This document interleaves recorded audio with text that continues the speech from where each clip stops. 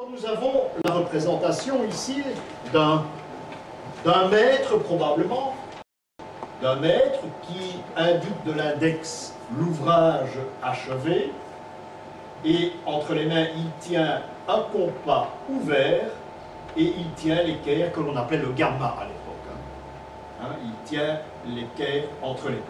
La fois prochaine, je vous présenterai exactement la même diapositive, mais il faudra m'annoncer beaucoup de choses, choses que nous ne verrons pas aujourd'hui, puisque nous ferons la symbolique des objets. Le compas est ouvert, ça a son importance.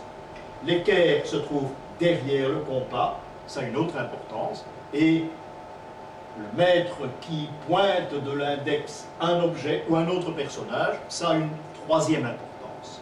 Quatrième importance, c'est la façon dont le visage a été structuré. Vous voyez qu'il y a quatre choses à retirer, de première importance. Dans un dessin qui a été réalisé, c'est une copie d'un dessin qui date du Moyen-Âge et qui représente un maître maçon. Et c'est un petit peu de cela qui sera question aujourd'hui. Il est important de savoir, oui, ça se trouve dans un musée, c'est très amusant, il est important de savoir que la représentation d'un sculpteur, d'un tailleur de pierre au Moyen-Âge, à l'époque romane qui nous intéresse, eh bien, était représentée par un personnage. Vous voyez là, ça provient d'un musée, je crois que ça vient du Mont-Saint-Michel. Enfin, c'est pas ça qui est important. Regardez la pose du sculpteur, c'est très intéressant. Regardez les outils, il a un maillet et il a le burin. Ce sont des outils qui feront partie de la panoplie de la franc-maçonnerie à partir du XVIIIe siècle et qui font encore partie de cette panoplie que vous connaissez. Inutile de vous présenter ça. De tous ces outils maçonniques qui se baladent un petit peu partout dans les différentes loges. Ce personnage a une position très intéressante, c'est la position du genou vers l'avant. Bien souvent, les sculpteurs, tailleurs de pierre avaient un tablier qui deviendra par la suite le tablier des grandes cérémonies à la loge, notamment, ça existe toujours, vous connaissez le système, on va pas, ça a très peu d'intérêt pour qu'on en parle. C'est pas que je suis anti-maçon, mais disons que c'est le côté philosophique des choses, je ne crois pas que ça peut nous faire avancer dans ce que nous étudions. Donc il y a une position qui est intéressante, c'est ce genou qui en principe devrait être découvert, puisqu'il a un tablier, il n'a pas ce genre de pantalon officiellement. C'est déjà donc une récupération d'un personnage, et on l'a habillé parce qu'on ne sait plus. En principe, il a un tablier. Si vous voulez retrouver le même personnage, un peu différent, eh bien vous allez à la Grand Place. Et sur la maison des Merciers, vous avez la représentation d'un personnage qui a un bonnet de forgeron, et il a le tablier d'un sculpteur, d'un tailleur de pierre, et remarquez, bien qu'il soit debout, il a le genou il présente son genou dénudé vers l'avant. Lorsque vous voyez cette représentation sur un tableau, sur une sculpture, eh bien, vous devez savoir que vous avez affaire à un initié. C'est donc un personnage qui a reçu la connaissance, qui a été initié, qui a gravi les différentes étapes, les 7 étapes de l'initiation. Ce personnage était patron des Merciers, c'est Saint Boniface. Ça peut être n'importe qui, parce qu'en plus il a un bonnet de forgeron. C'est le bonnet typique des forgerons au XVIIIe siècle, que vous avez là, parce que dans le fond, ceci date de la reconstruction de la Grand Place. Il a un bonnet de forgeron, il a un tablier de sculpteur, et il a un blason avec une paire de ciseaux, qui est une des marques des Merciers. On va quitter la Grand Place, je voulais simplement vous montrer les deux présentations. Ce genou en avant fait partie d'un rite maçonnique qui est toujours pratiqué de nos jours et qui est né au XVIIIe siècle. Voilà ce petit clin d'œil à la Grand Place de Bruxelles. Il y a beaucoup de chances que notre église Saint-Nicolas ait été consacrée à Saint-Boniface au départ. Alors maintenant, nous allons étudier cette cryptographie. Vous êtes devant une pierre tombale, tout à fait anonyme, je suis certain qu'ici en dessous, c'est même plus libre, mais vous me connaissez, moi ça m'importe peu, le nom de la personne qui apparaît. Je lis parfois quand il s'agit d'un titre de noblesse ou une date, mais ça ne m'intéresse absolument pas, mais ce qui m'intéresse surtout, c'est le personnage. Qui était ce personnage? Alors ici, vous avez un marteau, c'est une tombe qui doit dater du 15e, non, qu'est-ce que je raconte, 16e siècle, fin du 16e siècle. Vous avez un marteau, vous avez une tenaille, et vous avez l'endroit, une sorte d'enclume, où travaille le compagnon ou le maître. On n'en sait rien, mais ce qu'il faut retenir, c'est que nous avons affaire ici à un forgeron. Donc vous visitez un cimetière, vous avez ses outils, vous sentez, parce que c'est bien souvent très lisse, vous sentez, et c'est le blason très simple d'un compagnon, forgeron. Il y a également cette graduation dans les métiers, chez les ébénistes aussi. Il y a maître, il y a compagnon, il y a apprenti.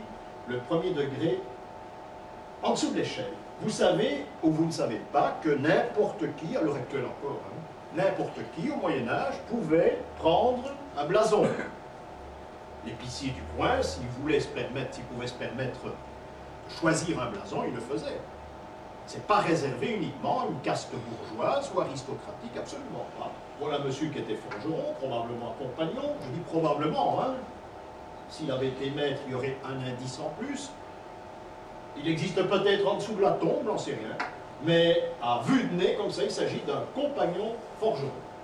Et il a choisi un blason, il est très simple, avec les différents instruments de sa profession, comme nous avons vu tout à l'heure la marque des merciers, la paire de ciseaux des merciers, et des tisserands aussi, on la rencontre, mais elle est plus stylisée à cette époque-là. Voilà donc pour une tombe, vous en verrez dans le Hainaut, vous en verrez des tonnes dans ce style-là. Vous avez l'embarras du choix pour les photographier. Une marque de tâcheron, c'est une marque intéressante, ce qui veut dire que les maîtres carriers, les maîtres maçons, je rappelle pour la dernière fois, nous sommes au XVIIe, XVIIIe siècle, au début du XVIIIe siècle, les maîtres maçons jusqu'au XVIIIe siècle vont travailler avec ces outils. Il s'agit d'une marque de reconnaissance. Il y a des livres entiers qui sont consacrés dans leur région, en reprenant l'ensemble de ces marques. Et vous pouvez, en lisant ces livres, vous pouvez automatiquement dire, tiens, il s'agit d'une œuvre qui a été faite par tel maître maçon ou par telle compagnie, grâce à ce petit signe. Alors, que représente ce signe? C'est le fil à plomb. C'est le fil à plomb, mais ça, c'est pour le matériel, pour le profane. Dans le domaine philosophique et religieux, il s'agit du signe de la croix. Père, Fils, Saint-Esprit, Amen. Pourquoi? Eh bien parce qu'on le retrouvera sur la tombe des maîtres maçons en partie, et comme il n'y a pas de croix sur cette tombe, eh bien il faut tout de même un signe distinctif, et on place ce fil à plomb, et c'est le signe de la croix. Voilà exactement ce que représente ce signe. Un autre signe qui lui a déjà évolué, ici nous avons les initiales du maître carrier. Nous avons un P, une sorte de menotte ici, et nous avons un W stylisé, c'est Pierre Vaincre, c'est une très grande famille des environs de Soigny. Pierre Vaincre, il y a beaucoup de maîtres carriers à Soigny, dans le fond. Dans les environs de Soigny et dans le Hainaut, tous les maîtres carriers vont se retrouver, ces signes vont s'échanger. Il faut savoir une chose aussi, puisque on va évoluer, mais ce n'est pas l'objet de notre cours, on va évoluer au XVIIIe siècle, évoluer dans un certain sens, la franc-maçonnerie va changer, elle va voir une autre façade, on va s'échanger d'autres idées, et les maçons seront obligés de récupérer tous ces signes que l'on connaît, que je vais vous présenter, pour en faire une panoplie maçonnique, mais actuelle, c'est-à-dire spéculative uniquement. Si vous questionnez les maçons, ils vous diraient, oui, mais heureusement qu'on existe, parce qu'on a récupéré, ce serait perdu. Vous imaginez que c'est complètement faux. C'est une excuse pour avoir récupéré ce qui existait déjà. Donc nous avons là affaire à M. Pierre Vinx, qui est un très grand maître carrier, un très grand maçon, qui avait une très bonne équipe. La moitié de la Grand Place a été réalisée par M. Pierre Vinx, entre autres. Donc nous sommes en 1700-1705. Des ecclésiastiques dans la famille également, tout ça dans la région de Soigny. Donc quand on a terminé l'œuvre, ou bien quand on a posé certaines pierres plus importantes que d'autres, eh bien le maître marque sa trace. Il y a une seule maison à la Grand Place qui a été signée, les initiales de Pierre Vinx. Les initiales ont disparu puisque à Beaujeu, le propriétaire, il n'y a pas tellement longtemps, il doit y avoir une quinzaine d'années, a décidé de nettoyer tous les linteaux de sa maison et automatiquement, la trace a disparu. Et c'était où? La maison de la colline, sur la Grand Place. Et la marque a disparu, donc il n'y a plus aucune maison signée. Par contre, eh bien, il y a une maison à la rue Haute. Si vous ouvrez bien les yeux, il y a les longs la rue Haute, vous allez tout de suite voir.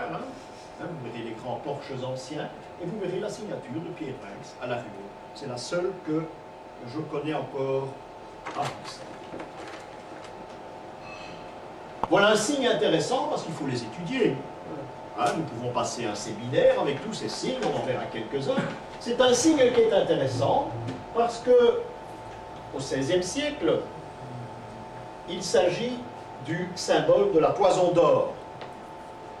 Lorsqu'on a une représentation symbolique de la toison d'or, eh bien on représente ce genre de, entre guillemets, ce genre de maillet, puisque au profane, lorsqu'on vous demande ce que c'est, lorsqu'on demandait ce que c'est, bien on vous répond, c'est un maillet, point final, on ne va pas plus loin. Mais évidemment, vous savez ça, il y a une suite à tout ça, il y a une suite philosophique que le profane ne connaît pas, pourquoi le lui expliquer? Il y a une suite philosophique qui dit que ceci, c'est le symbole de la toison d'or. Alors, que représente exactement cette toison d'or? Eh bien, il s'agit d'une peau de mouton, rien de plus. Elle est là. Les origines, non pas religieuses, mais philosophiques de cette peau de mouton, eh bien, on les retrouve dans l'histoire de la Bible. C'est le personnage de Gédéon qui est lié à la toison d'or. Gédéon est un personnage biblique qui, pendant toute sa vie, a passé la plupart de son temps à détruire les autels où se trouvait le dieu Baal. Il n'a fait que ça, c'est déjà pas mal. Et Dieu l'aurait choisi comme sauveur des Juifs. Il dit qu'on lui a enseigné qu'il y avait certaines batailles à livrer, et il avait un rôle à jouer. Mais lui n'y croyait pas. Et il a posé sur le sol une peau de mouton, un sol aride, sec, et il a interpellé Jéhovah en lui disant que si demain matin il y a une rosée qui se pose sur cette peau de mouton, une rosée dans le désert, eh bien je serai celui que tu as choisi, je mènerai les Juifs à la victoire. Le miracle s'est bien passé, le lendemain une rosée revêtait la peau de mouton, Gédéon s'est emparé de la peau de mouton et s'est lancé de victoire en victoire et de bataille en bataille. Ce symbole a été récupéré par les Bourguignons, et c'est devenu le symbole que nous connaissons, cette toison, cette petite toison d'or que l'on trouve dans le collier des différents maîtres et ducs de Bourgogne et ceux qui le suivent, bien sûr, qui sont décorés de l'ordre. Voilà donc un symbole qui est très intéressant. Imaginez-vous toute l'histoire qu'il a. Oui. Est-ce que ça a à voir également avec Jason? Le Jason, c'est une histoire mythologique, plus profane, mais c'est très tardif. Oui, c'est vrai, on parle de Jason, lorsqu'on parle de la toison d'or, les Argonautes, etc. C'est une quête, c'est un peu comme Parsifal, c'est une quête. Seulement, moi, ce qui me dérange un peu dans cette histoire, c'est que ça sent un peu le préfabriqué. Si bien qu'il y a une durée, la quête de la toison d'or, eh bien, elle est indiquée dans le nom de Jason. Prenez chaque lettre de Jason, J-A-S-O-N, eh bien, vous avez juillet, août, septembre, octobre, novembre. C'est donc une représentation de 5 mois. En latin. Oui. Il aurait pu y avoir 5 mois La quête de la toison d'or pour Jason aurait pu durer 5 mois. C'est un mystère, on n'en sait trop rien. Chacun a donné sa petite interprétation, mais il y a une chose qu'il faut retenir, il faut, je pense, oublier momentanément Jason en question, et je crois qu'il faut revenir aux origines, les origines qui nous intéressent, parce qu'on est là pour ça. Revenir à Gédéon, dont on ne parle pratiquement plus. Si vous ne lisez pas la Bible, cette histoire de Gédéon, vous ne la trouverez pas. Dans le domaine historique, on vous parlera de toutes les batailles, je crois que c'est 2300 avant Jésus-Christ, quelque chose comme ça, qui va se situer. On vous parlera des différentes batailles. C'est un sujet historique, pour autant que l'histoire ait été respectée. Mais il faut prendre la Bible dans les juges, vous trouvez Gédéon dans les juges, et là, l'histoire de Gédéon, je viens de vous raconter, eh bien, on va vous la citer, on va vous la raconter de A à Z, sans rien ajouter, sans rien retirer. Donc, voilà. Notre ami Simone m'a fait un plaisir de me faxer un tableau représentant Philippe le Bon, en duc de Bourgogne, et d'un côté, il y a Jason, et de l'autre côté, il y a, vraiment bien caché, on a Gédéon. Seulement, j'ai fait remarquer qu'il fallait réagir parce que ce tableau ne veut rien dire, c'est un tableau du XVIIe siècle. Nous sommes à la fin du XVIIe siècle. Alors les idées totalement changées, on est tout de même souvent dans l'erreur avec ces représentations. Donc il faut s'abstenir de donner comme référence des tableaux du XVIIe siècle, même parfois du XVIe, alors du XVIIIe, n'en parlons plus. Parce qu'on n'aurait jamais représenté un duc de Bourgogne, à l'époque de Philippe le Bon, au début du XVe siècle, avec Gédéon et Jason. Impensable. Et c'est pour ça qu'il faut faire très attention. Il faut retrouver l'époque. Quand je dis que Bruegel est un peintre liégeois, tout le monde me lance des pierres, surtout dans le nord du pays, mais il n'y a rien à faire. Bruegel est un peintre liégeois. Parce qu'il faut prendre les limites géographiques à l'époque où Bruegel vivait, 1568. 1568, où il est né, c'était le pays de Liège, c'est tout. Il faut travailler comme ça pour Jeanne d'Arc, il faut travailler comme ça pour tout le monde. Ah, c'est un exercice, mais il faut le faire parce que ça vaut la peine. Évidemment, ça dérange un peu. On m'a fait ça. Pierre l'ermite est de oui, le type, il est né à Amiens, il a toujours habité là-bas, par exemple. En fait, ça, c'est de la récupération politique. Si on en avait besoin, notre pays existe, était quand même très jeune. Il y a des auteurs, je ne citerai pas les noms, qui se sont grattés en disant bon, ben, il faut quand même qu'on trouve des personnages pour nous écrire une histoire nationale. Et ça n'a pas toujours été facile, mais ils en ont trouvé. Ils en ont trouvé. Bon. Parenthèse sous la toison d'or. Voilà encore une marque. C'est une sorte de triangle renversé. L'intérêt n'est pas de savoir à qui elle appartient, sauf tantôt on fera quand même quelques rapprochements tout à l'heure. Mais c'est une marque, voilà. C'est un maître carrier qui a œuvré à cet endroit. Ça peut être une marque publicitaire. Je dis ça peut parce qu'on en a parlé. Je ne suis pas d'accord, mais je vous le dis tout de même.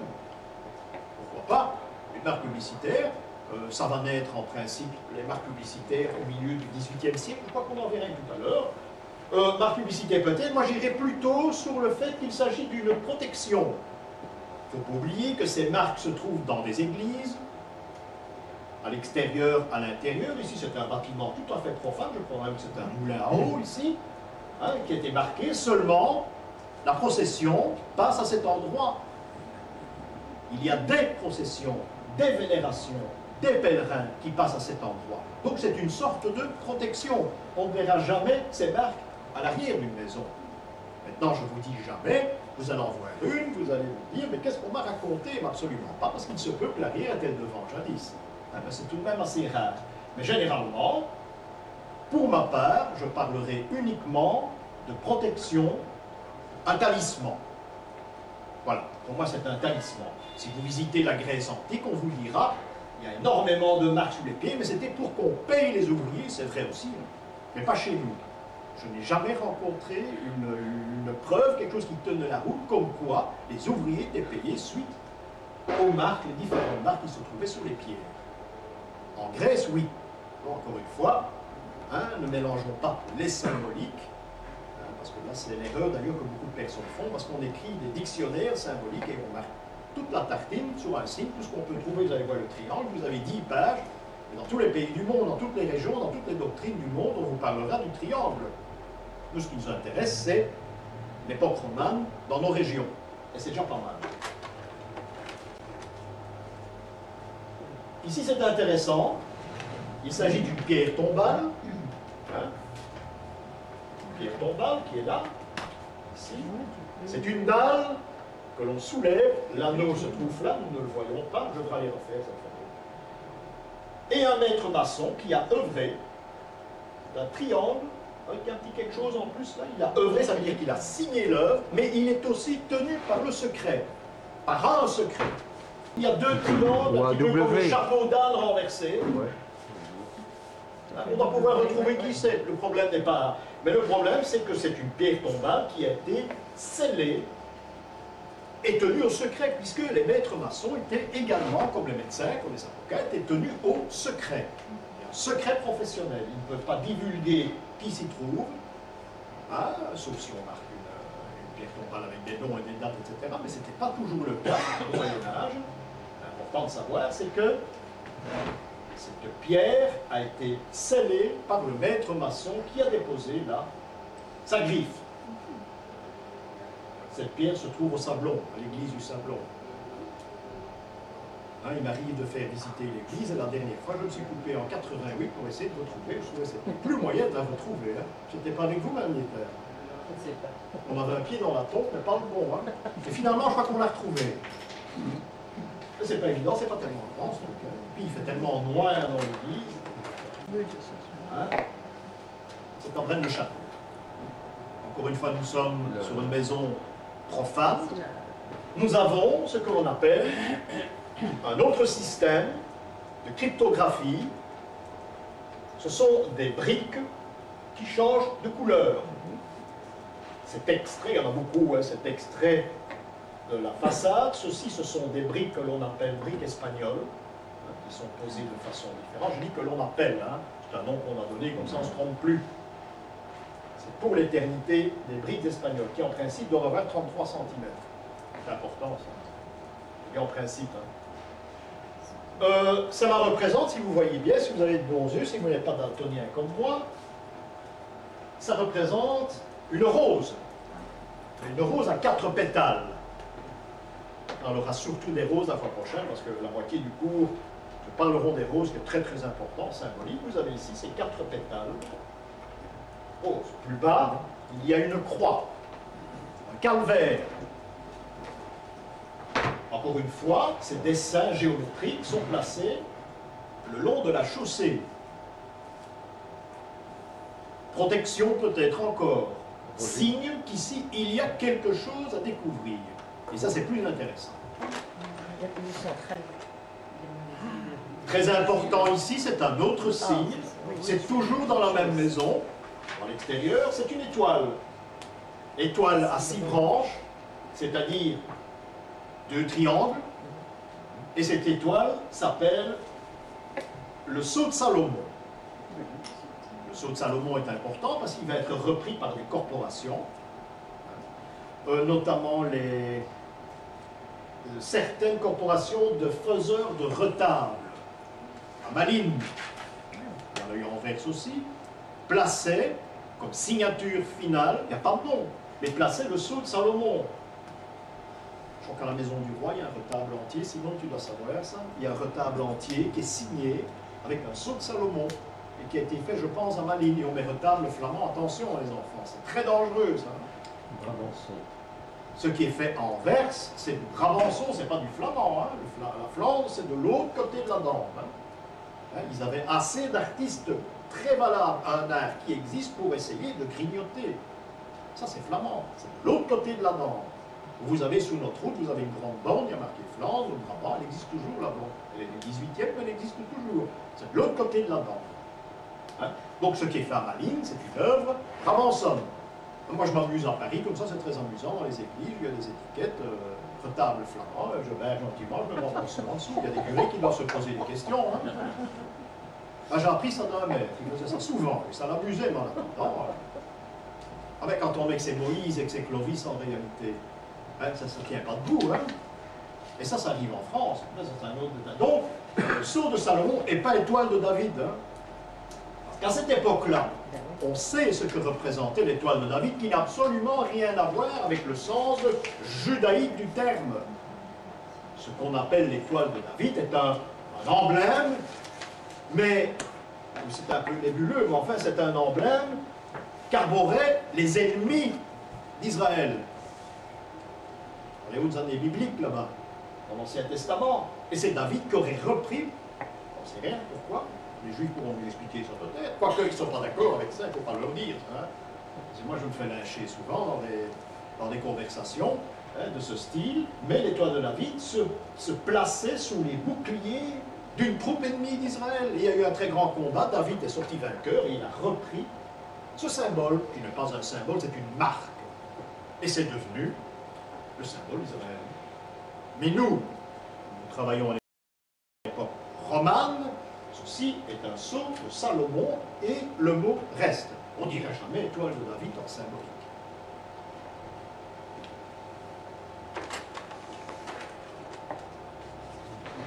Voilà encore une rose.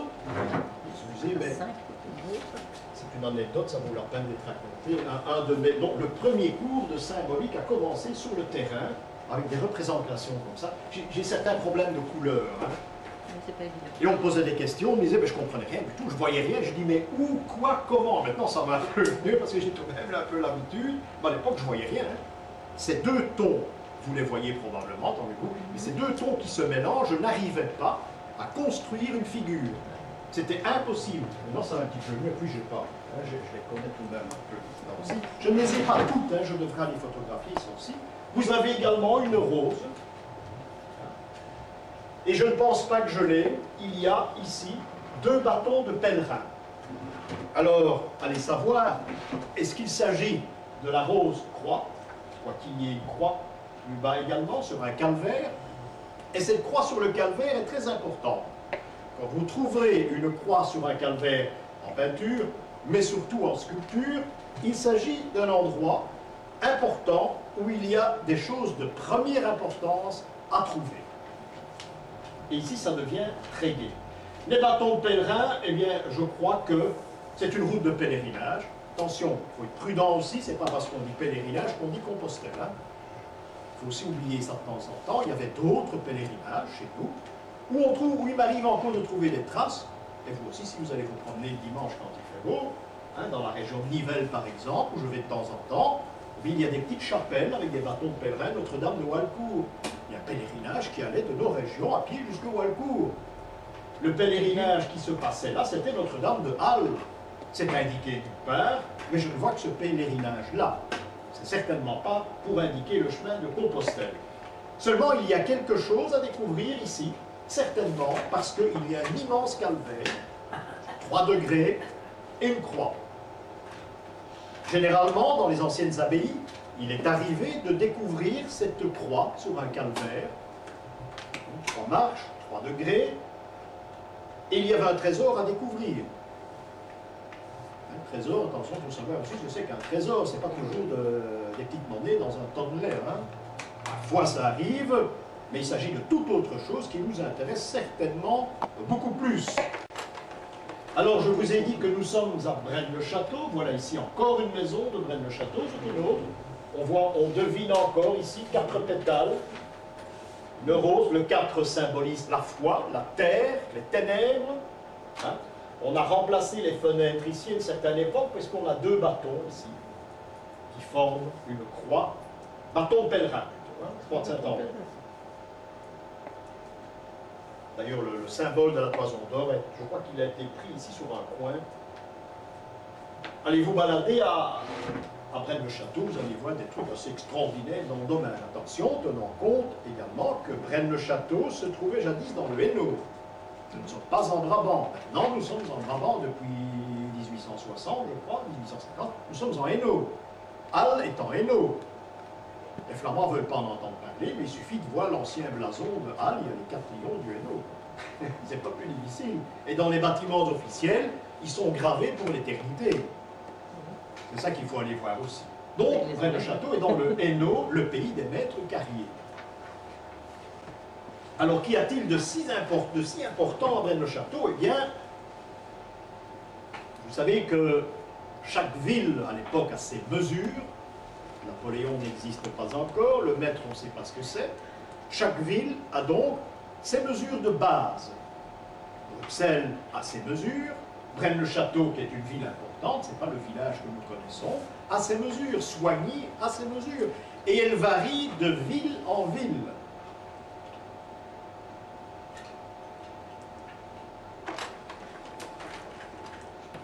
Elles varient de ville en ville. Ces mesures doivent être représentées philosophiquement. On dit que Braine-le-Château possédait les mesures du Christ. Si bien qu'à Braine-le-Château, on pouvait se vanter, imaginez-vous, quelle importance dans notre carte géographique, c'est pas Bruxelles, c'est Braine-le-Château. Braine-le-Château pouvait se vanter de posséder les mesures du Christ, qui mesure à peu près 1,80 m. Donc cette mesure devait servir à la construction des monuments profanes et des monuments religieux. Bruxelles fait 1,77 m, 77, 76, 77, je ne sais plus exactement, mais c'est plus d'1,75 m.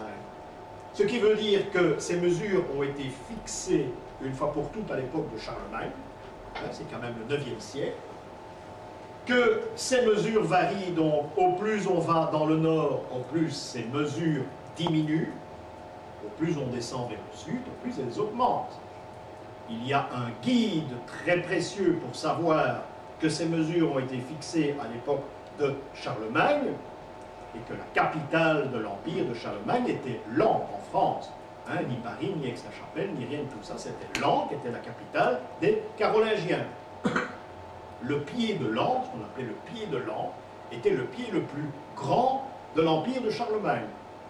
C'est pour ça qu'il existe Bertholon-Pied.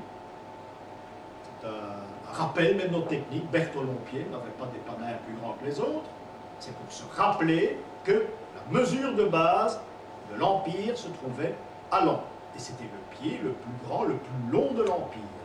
Voilà comment on travaillait au Moyen-Âge.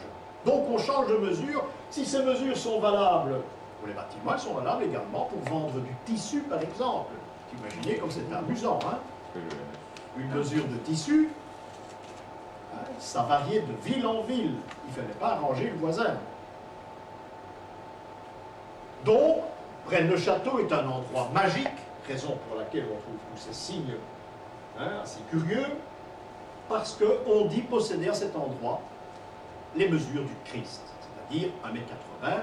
J'imagine que cet homme devait tout de même avoir une corpulence assez importante pour pouvoir haranguer, j'allais dire les troupes, c'est presque ça, pour pouvoir haranguer les fidèles de très loin sur la montagne, c'est près sur la montagne, ça devait être extraordinaire, il fallait le comprendre.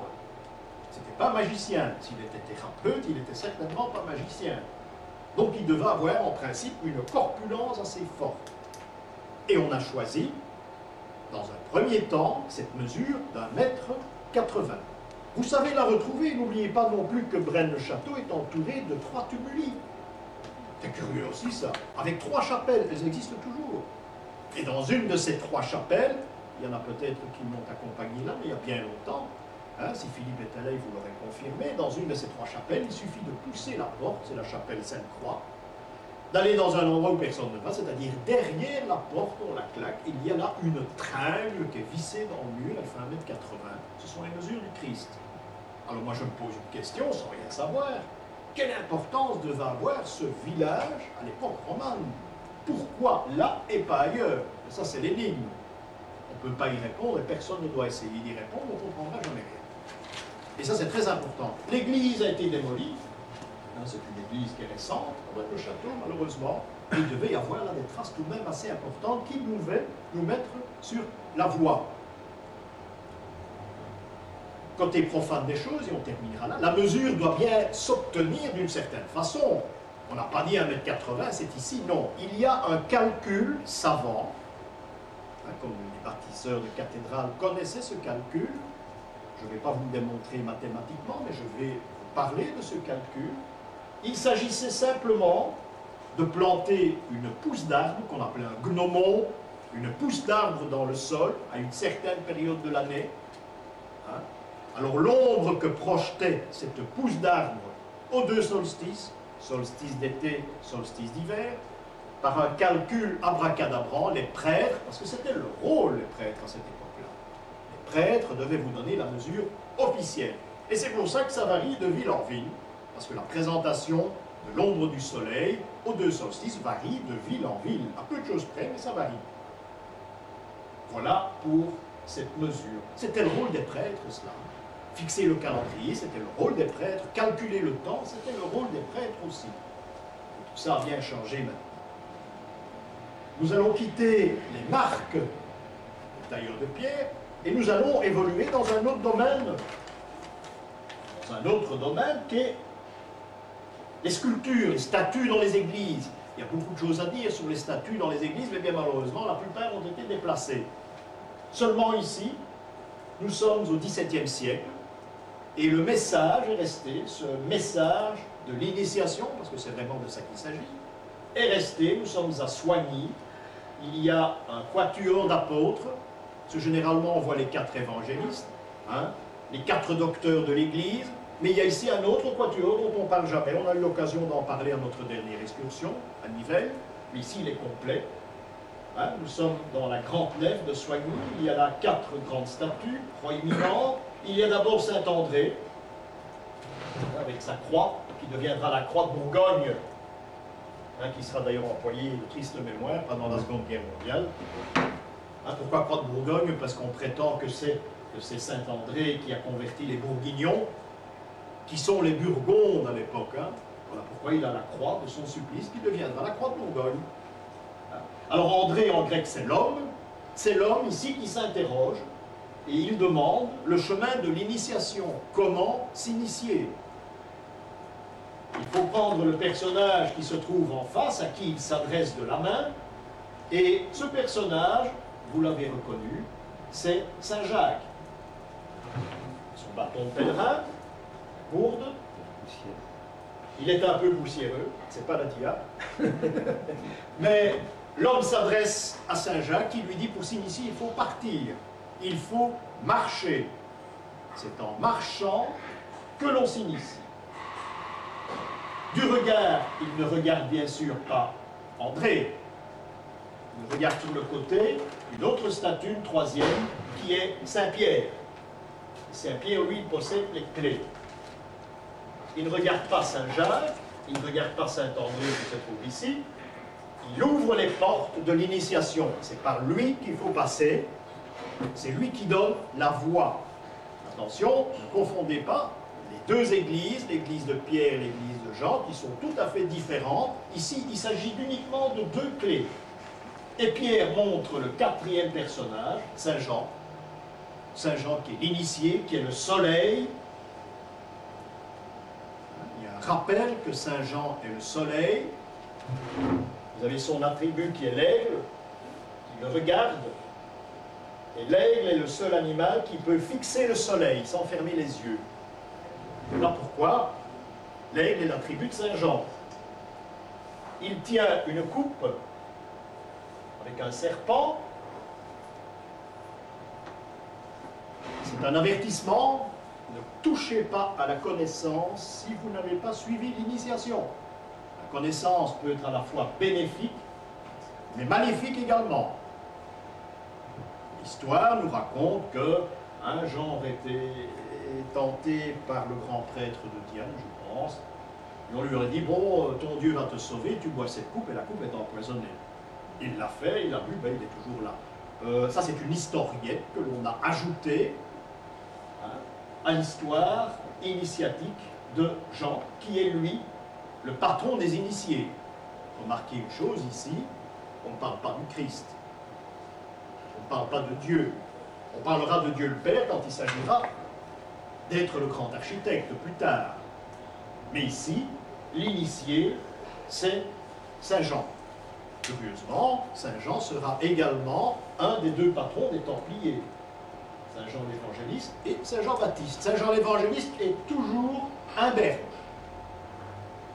Très rarement, en Espagne j'en ai vu un, mais il était représenté qu'une marmite.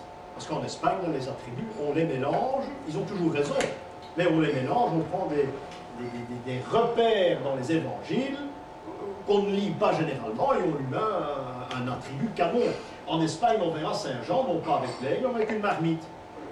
Parce qu'il a été ébouillanté, un jour on l'a trempé dans une marmite d'huile. Hein. Saint Vie aussi a connu ce supplice. Dans l'Espagne, on exploite tout. Hein. j'ai rencontré des panoplies de saints, j'aurais dû faire des photos parce que là, ça valait vraiment la peine. Donc voilà pour ce caractère, voilà pour l'initiation. Encore une fois, nous sommes dans un pays de maîtres carriers, de maçons, des gens qui travaillent la pierre. C'est le message qu'il vous lance à celui qui veut bien comprendre comment s'initier, quelle est la voie à suivre.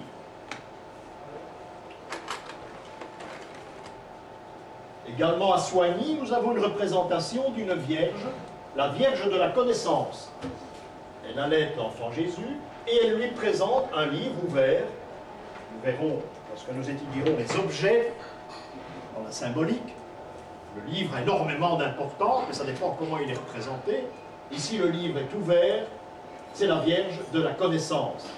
Il y avait jadis de l'autre côté une Vierge semblable qui tenait un encrier. Elle n'existe plus. Elle a été détruite à la guerre de religion, je pense. Mais elle n'existe plus de toute façon. Avec un cryptogramme en dessous. Mais là, nous en reparlons. Voilà dans le cimetière de Soigny. Je ne vous montre pas ce Christ qui n'est pas très ancien, qui est un Christ janséniste. On a parlé du jansénisme à Louvain quand nous avons été faire notre Brabant. Hein, voilà un Christ janséniste, c'est une doctrine, ce qui signifie que le Christ est mort pour une poignée d'hommes sera sauvée seulement. Hein, c'est la raison pour laquelle les bras sont peu écartés. Donc il doit en quelque sorte entourer peu d'hommes, ceux qui seront sauvés uniquement. Mais ce qui est important, ce sont les personnages ici. On a Marie, nous sommes dans un pays de maçons, retenons bien cela, on a Marie qui regarde le sol, et on a Jean qui regarde le Christ. Moralité, le message est simple, il faut passer au Christ, au soleil, par Jean, et non pas par Marie, qui n'a absolument rien à voir avec ça. Voilà ce que ça représente. C'est un calvaire janséniste, c'est intéressant, il n'y en a pas tellement chez nous. Autre chose, nous allons faire refonctionner notre symbolique des chiffres ici. Nous sommes dans un cimetière, ce n'est pas un Christ janséniste. Nous sommes dans un cimetière, à Montigny, près de Soigny, et nous avons, les lieux n'ont pas d'importance, hein, vous pouvez rencontrer le même dans les environs de Nice. Hein. Ce qui est important, c'est qu'on a fait ici un Christ qui a été crucifié à l'aide de 4 clous. D'habitude, c'est 3 clous, c'est la symbolique normale, hein, c'est la Trinité. Eh bien ici, pas du tout, il y en a 4. Et 4, c'est le chiffre de la terre, ce qui veut dire que nous sommes dans un cimetière. L'auteur, ce n'est pas toujours le cas, l'auteur a insisté du fait que nous sommes dans un cimetière, nous retournons à la terre. Voilà pourquoi ce n'est pas le Christ qui a été crucifié, c'est la matière qui a été crucifiée. Le message est tout différent. Jadis, il n'y avait pas de croix sur les tombes, c'est quelque chose qui date de la Révolution française. On avait bien sûr, c'était rare, et c'était un non-sens de mettre une croix sur la tombe, puisque nous sommes dans la terre. Nous touchons la terre, il ne faut pas indiquer que nous sommes dans la terre. Et ici, à l'entrée du cimetière, eh bien voilà ce Christ. 9 fois sur 10, lorsque vous verrez des livres d'histoire de l'art, etc., on vous dira, mais c'est un Christ roman, c'est tout, point final. C'est tout à fait ridicule. Hein? 80% des Christ romans ne sont pas comme ça. On en rencontre parfois à Forêt, et on en a également, je pense, mais il y a une raison pour laquelle on rencontre, ce n'est pas un accident. Parce que c'est la matière qui est crucifiée, ce n'est pas un Dieu. Ça, c'est important. C'est ça la différence. Bon, vous l'avez devant vous, hein. Sator, arepo, tenet, opera, rotas. Vous pouvez prendre ça dans n'importe quel sens. Hein, vous avez toujours la même formule. Hein, que ce soit vertical, horizontal, vous avez toujours la phrase Sator, arepo, tenet, opera, rotas, qui veut dire le semeur tient sa charrue pour opérer la rotation. C'est un peu ça. Hein. C'est un texte très intéressant, très énigmatique. Vous allez rencontrer ça souvent dans le monde occidental, je dis souvent, j'exagère un petit peu, on me les a fait découvrir, c'est pour ça que je dis souvent, mais c'est pas évident. Il s'agit d'un système cryptographique qui date du début de l'ère chrétienne. Il y avait déjà dans certains endroits, du moins récupérés, parce qu'en Grèce, dans la Grèce antique, il y en avait aussi, On appelle ça le carré Sator. Le carré Sator, c'est un moyen de se faire comprendre. Mais le moyen qu'employaient les initiés, c'est-à-dire l'église de Jean. L'église de Pierre avait son système. Pour annoncer à l'autre qu'on était chrétien, on dessinait un poisson. C'est l'église du poisson, c'est l'église de Pierre, ce sera l'église de Rome. C'est l'ère du poisson. Tandis que chez les initiés, l'église de Jean, eh bien, il y a des messages qui sont cryptés à cet endroit. Mais il faut des conventions au départ, bien sûr. Alors voilà ce carré Sator qui ne bougera jamais. Il est là. Le fait de placer un calvaire à 3 degrés met en évidence certaines lettres. Ces lettres composeront le message que vous attendez. On peut y placer un bateau, par exemple. L'ancre aussi, l'ancre d'un bateau, qui est un symbole d'espérance. Donc il faut récupérer les lettres que l'on vous présente à l'aide de ce dessin. Rien ne sert de dessiner, il suffit de savoir ce qu'on peut y représenter. Si on vous suggère sur ce carré qui est comme ça, à l'origine il n'y a pas de dessin, si on vous suggère un calvaire, à vous de le dessiner et de récupérer les lettres. C'est un signe, c'est un message. Celui que vous avez devant vous, regardez bien, mais il est un peu mal foutu, mais enfin ça c'est un accident, je ne sais pas le graphiste qui a réalisé ça, il s'est trompé.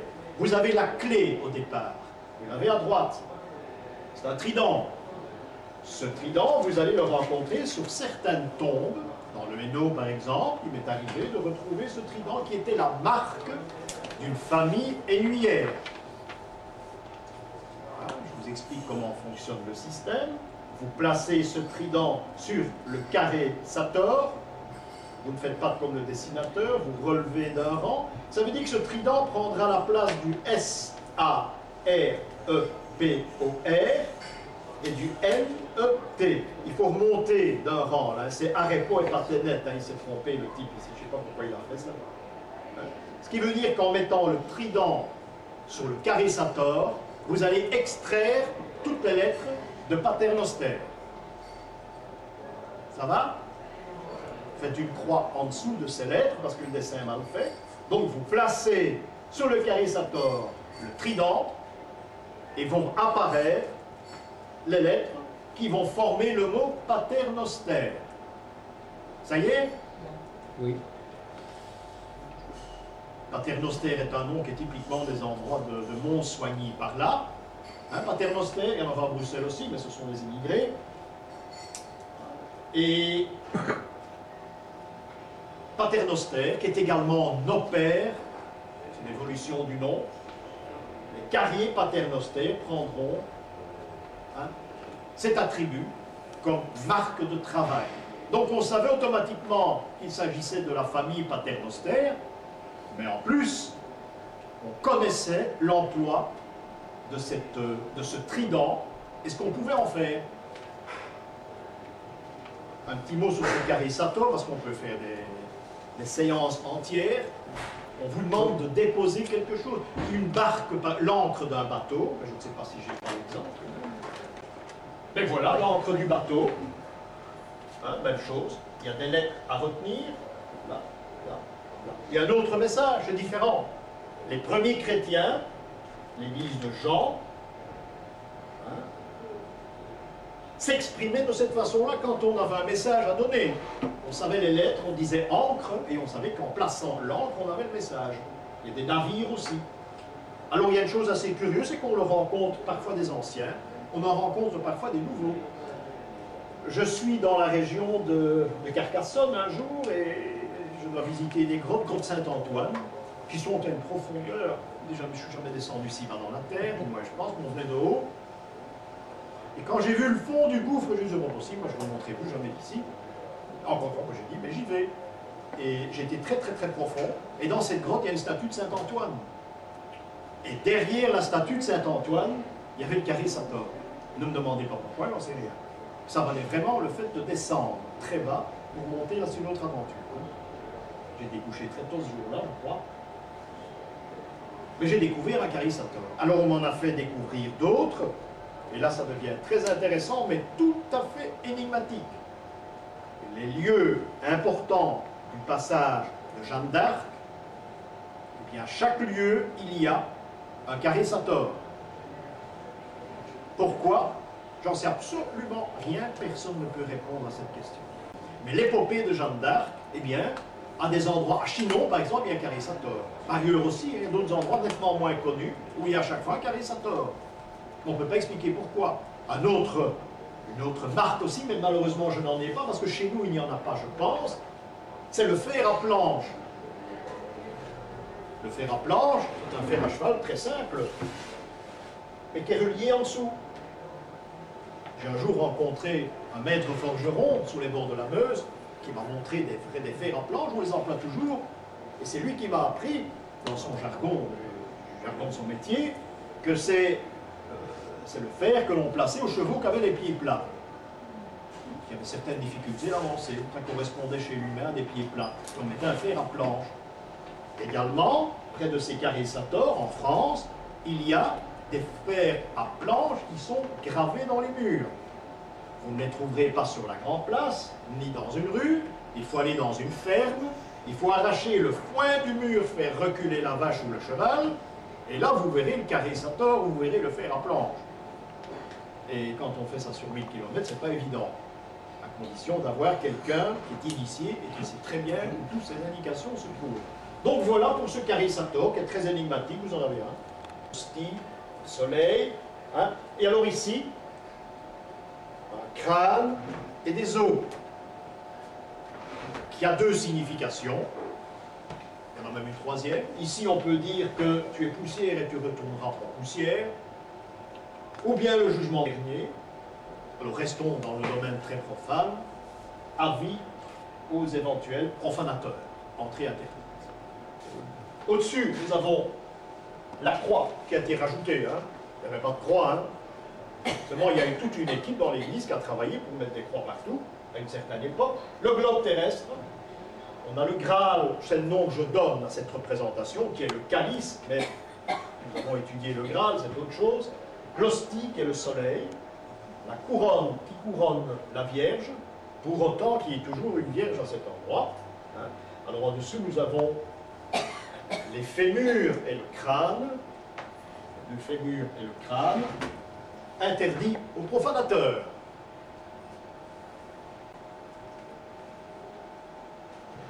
Alors voilà ce que l'on appelle les chronogrammes, qui sont des cryptogrammes. Hein. Ce domaine est très vaste. Ce domaine est très vaste, tout le monde voit bien, oui?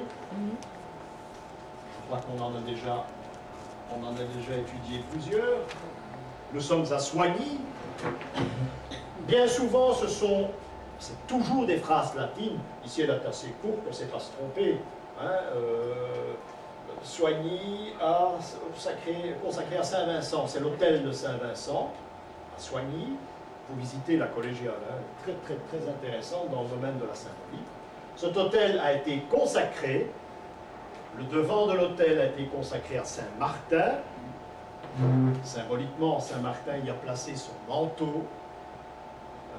Alors ici, nous avons, en reprenant les différentes lettres qui correspondent à des chiffres romains, vous pouvez retrouver la date de la consécration de l'autel. 1, 2, 502, 503, 508, 513, 514, 614, 615, 620, 720, 1000, 1720. Vous avez la date de la consécration de cet autel. Le cryptogramme est très intéressant parce que s'il n'y a pas de date sur le côté, mais la date vous est annoncée là. Ici, le texte est censé. Oui, il arrive parfois que le texte, vraiment, on se demande ce que ça fait là, parce qu'il faut trouver un texte qui colle, un texte qui fonctionne. Et ce n'est pas toujours facile, ceux qui se sont lancés dans cette opération. Vous avez une coquille au-dessus, qui n'est pas la coquille Saint-Jacques, non, absolument pas, qui est la coquille des initiés. À une certaine époque, eh bien, on changera l'auréole des saints, nous verrons ça la fois prochaine. On change l'auréole des saints et on le remplace par des coquilles. coquille qui se rapproche de l'histoire de Jean, hein, puisque nous sommes dans la symbolique pure, la symbolique des labyrinthes, la symbolique d'origine, c'est-à-dire la coquille, qui deviendra la coquille Saint-Jacques, mais ça n'a rien à voir là. Bon. Dans une chose, à chaque fois que vous voyez une coquille, il ne s'agit pas d'un symbole d'origine, ni d'une coquille Saint-Jacques, ni une coquille qui représente l'initiation. Hein. Ne faites pas une généralité, ça dépend où vous vous trouvez. C'est très important aussi. Le chronogramme est une chose que l'on trouve obligatoirement dans les endroits où il y a eu des apparitions mariales. Tous les endroits où il y a eu des apparitions, il y a un cryptogramme, un chronogramme. Pourquoi? Eh bien parce que dans cette date, on doit immortaliser pour l'avenir, pour toujours, la date de l'apparition. Vous ne pouvez pas quitter un endroit où il y a eu une apparition, et je sais s'il y en a, sans avoir trouvé le chronogramme. Il existe. Vous le trouverez. Il n'y a jamais de date en chiffres romains. La date est toujours cachée. Il y a un seul endroit au monde où ça n'existe pas. Vous connaissez cette phrase? Je suis l'Immaculée Conception. Je suis l'Immaculée Conception, c'est la phrase que va rapporter Bernadette Soubirous, c'est la phrase que lui aurait... Hein, la Vierge s'est adressée à elle avec cette phrase, dans son patois. C'est le seul endroit au monde où il y a eu une apparition, et je sais si elle est importante, du moins pour certains, où il n'y a pas de chronogramme. Seulement quand on se donne la peine de lire le texte de la Vierge, le système est même Eureka. Prenez les lettres qui correspondent aux chiffres romains, et vous avez la date de l'opération. Nous sommes en 1858. Date de l'apparition de Lourdes.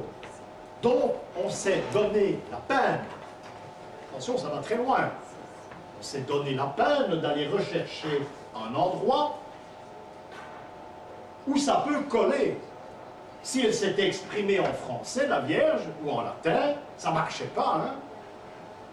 Donc il fallait obligatoirement trouver un endroit où en patois, on puisse trouver dans une parole qu'aurait pu prononcer la Vierge les chiffres romains nécessaires pour retrouver la date de l'apparition.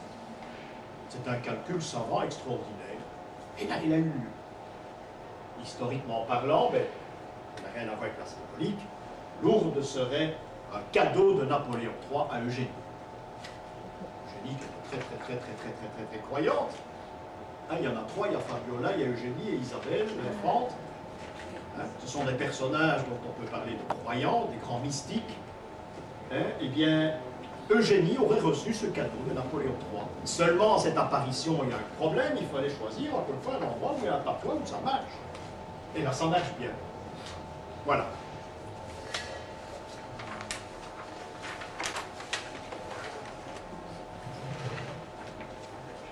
Voilà une autre marque, il y en a une là. Voilà encore une, ça se trouve sur un pilier face à l'autel, dans une église. L'important n'est pas de savoir où, mais que ça existe, ce qui veut dire qu'à chaque messe, depuis que l'église existe, à chaque messe, eh bien, ces marques sont bénies. C'est ça qui est important. Encore une fois, c'est le système talisman.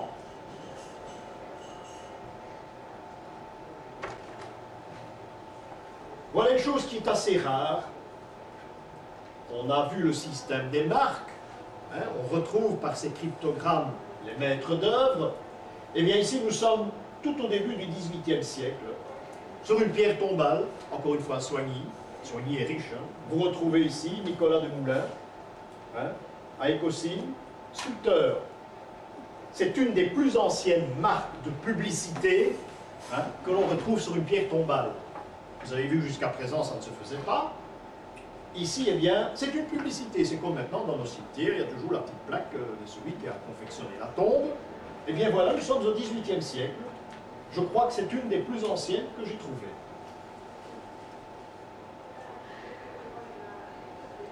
Des publicités qui durent. Hein. même si la maison n'existe plus.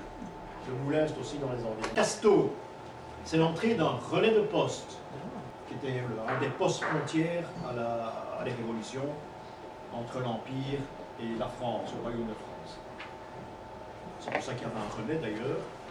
Un relais qui était tenu par le cousin de celui qui tenait le relais à Varennes. On a arrêté Louis XVI. Comment il s'appelait encore celui-là? Rouet. Ce qui fait qu'à Casteau, c'est un membre de la famille de Varennes qui a. Qu'est-ce que vous savez? Il y en avait qui appartenaient au Tour-et-Taxis, notamment celui de Rennes-le-Château. Seulement, eux, le rôle était différent. Eux c'était la passation du courrier. C'était différent, ça. Mais ce n'est pas eux qui ont inventé la poste. Hein. Attention, oui, mais ça se dit. Hein. Et moi, on me l'a dit sous les bancs d'école. Hein. Tour-et-Taxis, créateur des postes, c'est pas vrai. Hein. Ils ont amélioré la poste d'une façon extraordinaire. Ils avaient un système de relais postal qui était magnifiquement bien fait. À l'époque du roi Salomon, en Judée, il y avait déjà la poste. Hein. Il y a là en haut une plaque qui a été sculptée, qui est très intéressante. Comme on en trouve encore, il y a un relais de poste sous les bords de la Meuse. D'ailleurs, il y a une plaque dans ce style-là également, je dis dans le style. Mais il y en avait beaucoup à l'époque. Ce qui veut dire qu'ici, il fallait s'arrêter.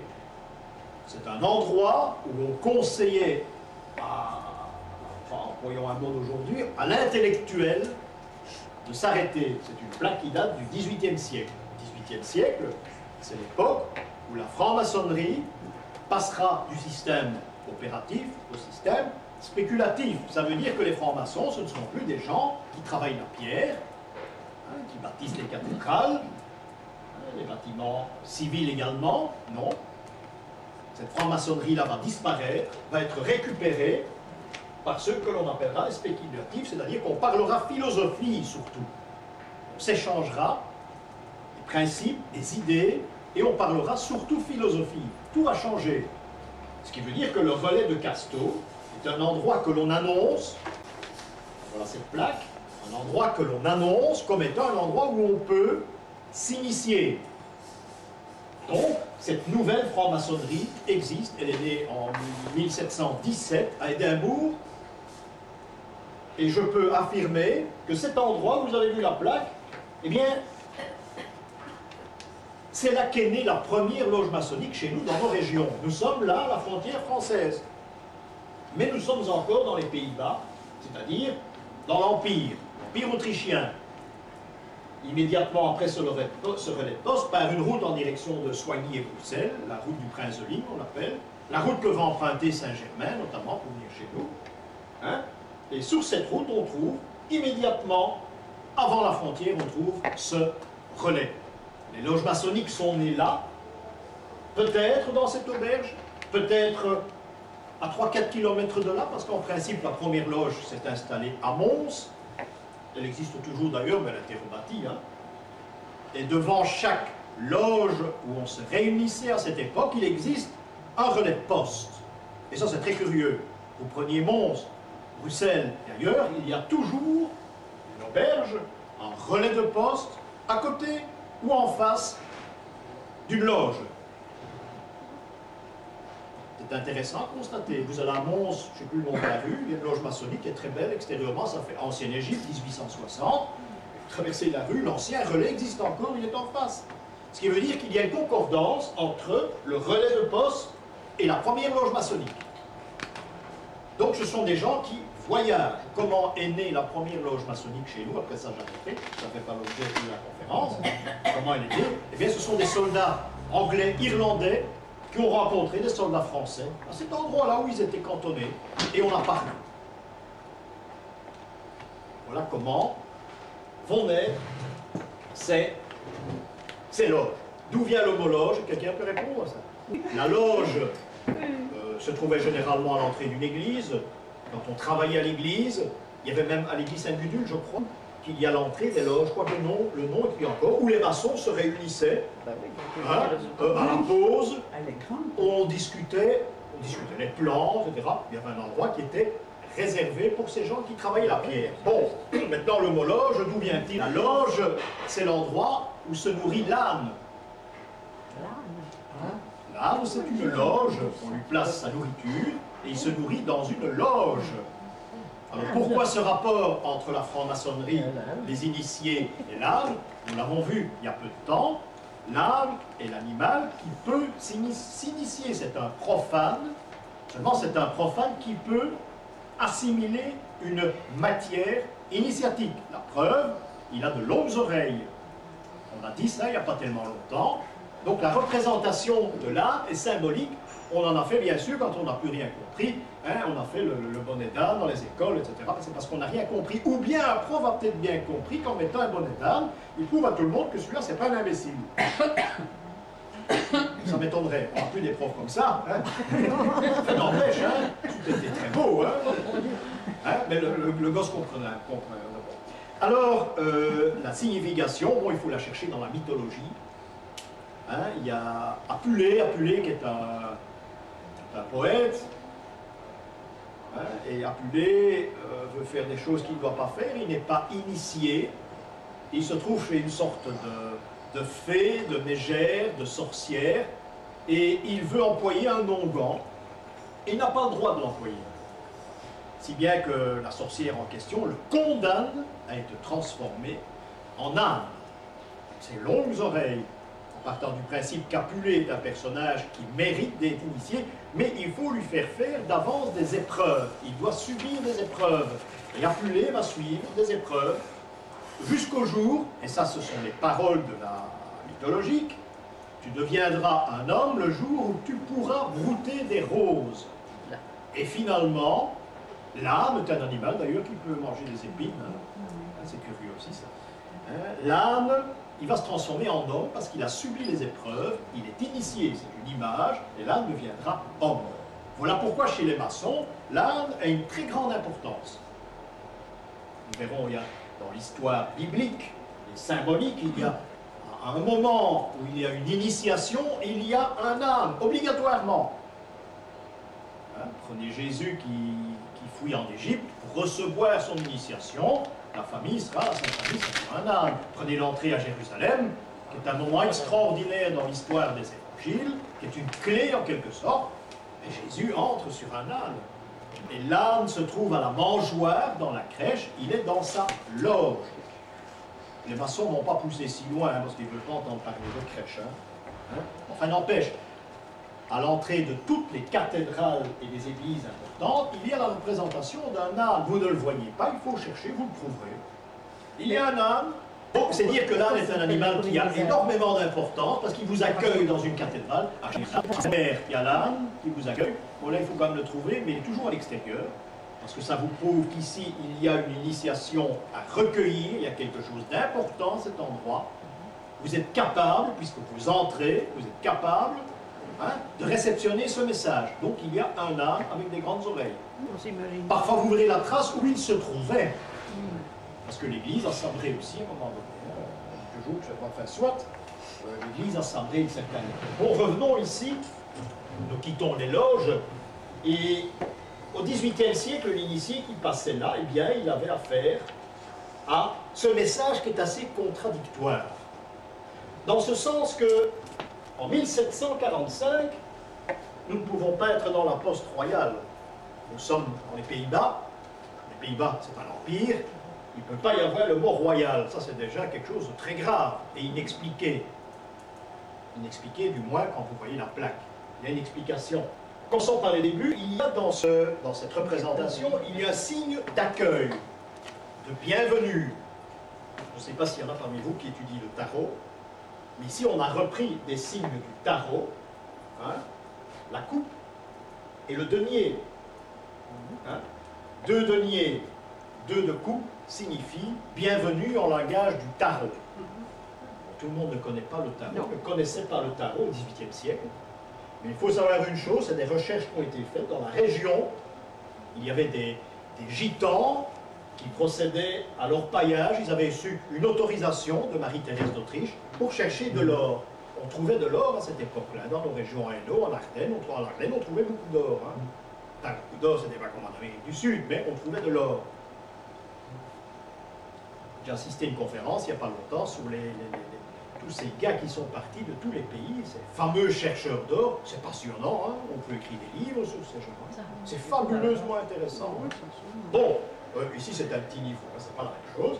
Donc, on a quelque chose ici qui s'adresserait soit à celui qui connaît le tarot, hein, l'initié au tarot, soit au gitan qui était présent dans cette région. C'est un double message. Je vous ai dit qu'il y avait une date qui n'était pas la bonne date. Quand une date est séparée, ce n'est plus une date. C'est 1745, mais rien ne vous prouve qu'il s'agit d'une date. C'est 17, c'est 45. Vous ajoutez 7 à 1, ça vous donne 8. Vous ajoutez 5 à 4, ça vous donne 9. Vous retenez deux chiffres, c'est le 8 et le 9. C'est important. Regardez la position du corps qui est devenu l'emblème de la poste, en général. Hein. Le corps, l'embouchure, a une direction. Si vous allez à Casteau, où se trouve ce relais, cet ancien relais, vous remarquerez qu'en suivant l'embouchure, vous allez à 100 mètres trouver une maison qui vraisemblablement n'a rien à voir avec la poste, quoique au XVIIIe siècle peut-être, même certainement, où il y a à nouveau le même cornet. Et une seconde maison. Et une troisième. Et puis les maisons ont été démolies. Donc il y aurait une piste, elle mène où, j'en sais rien, vers le château de Casteau, qui n'existe plus. Il y avait un château là en haut, un petit château. Hein. Donc il y a une piste à suivre avec ce corps qui symbolise la poste. À la poste royale, je vous l'ai dit, hein, nous ne sommes pas dans un royaume, nous sommes dans l'Empire.